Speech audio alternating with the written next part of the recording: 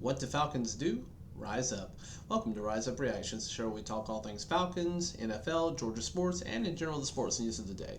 So I want to take just a brief second to kind of give some thoughts on Baker Mayfield. A lot of people are speculating where he may go now that the draft is over and we kind of have a better idea of what teams are in need of a quarterback. So you have a few different landing spots for him, and I'm just going to kind of look over here at depth charts. So the first team that makes sense for him would be Detroit. And Detroit is being led by Jared Goff, who I think is infinitely worse than Baker Mayfield. And I'm a believer in Baker Mayfield. I would have loved for the Falcons to potentially try to trade a fifth or sixth round pick for him to the Browns just to try and get him pre-draft. Now that we've gone through, we've drafted Desmond Ridder, it doesn't make sense anymore. So I'm not as big a fan of the move now, but I do think Baker got an unfair shot last year, and he's been getting progressively better if you exclude last season. So I think he kind of makes sense going to Detroit. They've got a lot of weapons for him there. They're building up that offensive line. They've got Penei Sewell, and I forget, they just picked up somebody else. I can't think of who it is off the top of my head, but I know they got another big name there.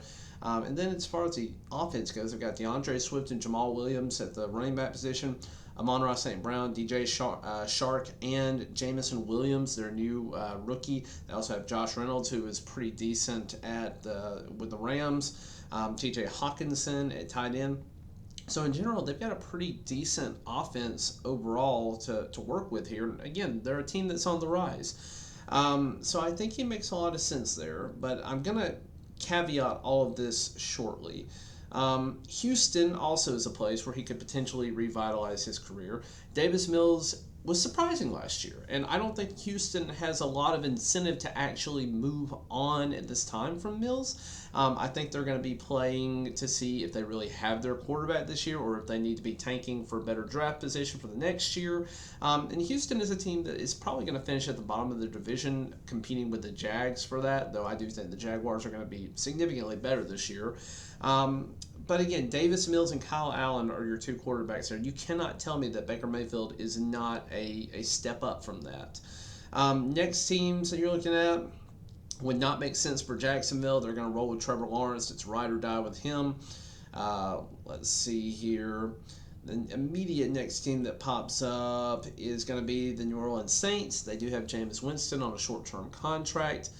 And again, they don't have an incentive this year, and they don't have an incentive to make a trade. But he would be a great quarterback for the future there. I don't think Jameis Winston is really a great quarterback. I think he's a decent quarterback. I think his 30-30 year, where he threw 30 touchdowns and 30 interceptions for 5,000 yards, is just the statistical anomaly. But I do think that Jameis is not a terrible quarterback, and with the right coaching, he could be good there. But Baker Mayfield, if Sean Payton decides to come out of retirement and go back to the Saints, would be an amazing fit there. He's going to have a lot of weapons. Again, same thing. You've got Alvin Kamara. Mark Ingram probably won't be there for much longer, but you do have Michael Thomas, Chris Olave, Marquez Callaway, Traquan Smith, and then you also at tight end have Taysom Hill, Adam Troutman, and again, it's just a decent landing spot overall for him to potentially go to. New York Giants make a lot of sense, though I don't know how Baker will really fare with the New York media. I think his personality is a little too big for that,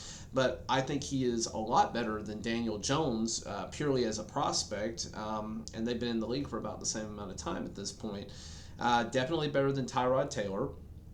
So again, I think he's better than those guys. New York Jets are going to roll with Zach Wilson. They're going to see what they've got in him. They spent high draft capital last year, and I think he now has the pieces in place to be good. Let's see here. Pittsburgh has their guy. Seattle. Seattle is another team that I would put as an odds-on favorite to eventually get Baker, though all indications have said that they are absolutely not making any trades for him.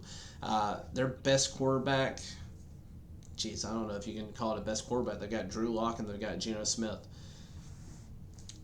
Drew Lock was in a bad situation in Denver. I think he's going to get a little bit better shot with Pete Carroll. And Geno Smith was somewhat productive last year, but again, he's had his shot and he's shown himself to be a career backup. I don't think it's time for him to have a renaissance and turn into this great player. I think those days have come and gone for him. And I kind of feel the same way about Drew Lock. We know what we're getting with Drew Lock. He might be a little bit better under the Seahawks, but again, Baker would be a huge upgrade immediately there. And again, they've built their offensive lineup. They now have Kenneth Walker, Rashad Penny. Chris Carson's probably going to retire or not be available.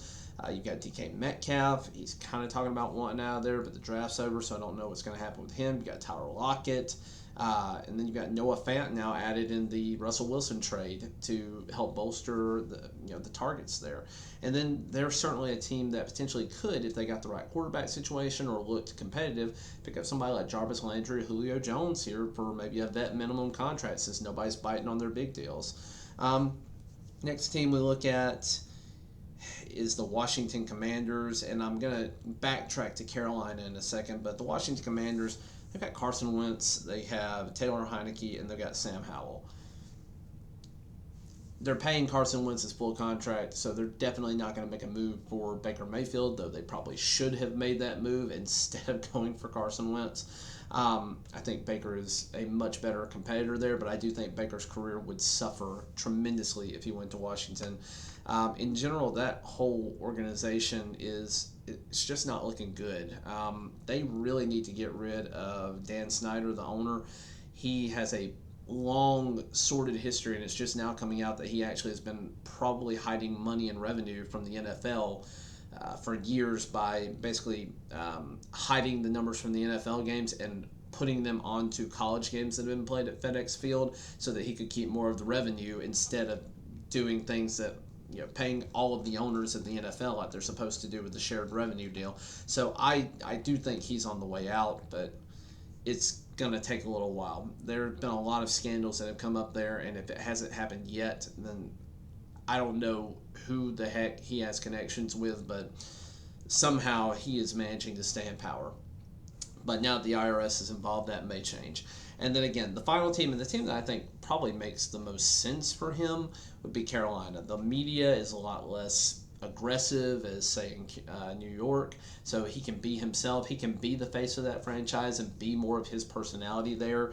They've got Sam Darnold. The problem here is they did go with Matt Corral. They didn't have to reach for a quarterback, and Matt Corral is another guy who's kind of a gunslinger who could end up being really good. I think he'll be starting by mid-season if Sam Darnold's not very good.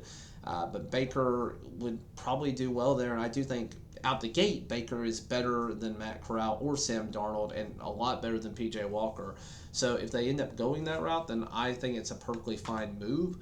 Now, the problem with all of this is that Baker right now, I believe his contract is for about $18 million if somebody traded, and nobody wants to pay a quarterback who may already be on the roster. Like Sam Darnold, I think, is making $18 million this year. Carolina's not going to pay $18 million to him and to Baker, and for one of them to be a backup. So I do look for the Cleveland Browns, and same type of deal with them. They're already having some cap issues as well. They could certainly keep him this year, but he will not play. And if something happened to Deshaun Watson or he got a suspension, if the league decided to go that route this year, then I don't think he would be available for him. I don't think Baker would play for him. I think his time in Cleveland truly is done, and to some degree, I feel like he was done dirty by Cleveland. He has kind of almost, not necessarily single-handedly, but he's been a part of the major effort to turn that into a winning or at least 500 franchise where they were a bottom dweller for over a decade. So I feel like he got an unfair shake in the long run there. I think his last year was kind of a hit job on him. But again, those are all teams that I think he could potentially land on. But the problem is going to be this. He's not going to end up on one of those teams until he gets cut and they can make a different deal for maybe a vet minimum with him as a prove-it deal or some sort of more team-friendly option. Baker has no leverage in this situation. The Browns have no leverage in this situation. And it's going to come down to the fact, do we keep an $18 million player on our team when the salary cap is about $208 million? Do we spend 10% of our salary on a guy who is not going to play for us at all? Or should we just cut our losses, recoup some salary as much as we can, and move on? And I think, honestly, that's what the Browns should do. And with them guaranteeing, I think it's $235 million to Deshaun Watson, they've broken an unspoken rule in the NFL. You don't guarantee that kind of money to a player at all, because it's going to set a precedent for future contract negotiations with other teams. And so there's been some evidence come out with, I believe, someone in the Seattle organization has said that they have zero intention of doing Cleveland any favors. So draft capital out the window. I don't think it's going to work out for any team to to trade picks or players for Baker at this point. I think the Browns are kind of holding out hope for potentially an OTA injury to a quarterback where a team is already going to be competitive this year, or potentially just something to happen in preseason where they can make a trade and get some sort of value off of Baker. But, that's just what I think about this. I think Baker deserves a better shot. I would have loved to have seen him on the Falcons had we not drafted Desmond Ridder. I'm quite happy now. I was not initially happy, but I'm much happier now with the idea of Desmond Ridder and seeing what we've got in him. I do think he's the most NFL-ready quarterback out of the rookie group this year. So we'll see what we've got with him. Baker, I wish him well. I hope he does. I hope he finds a landing, and I hope he finds his home. He definitely deserves a shot, and he's better than probably at least 10 teams' quarterbacks right now. So the problem is money, and just the Browns kind of having shot themselves in the foot with his trade value. But that's what I think. Leave your comments down below about what you think. And also, if you like this video, hit the like button, consider subscribing. And as always, rise up.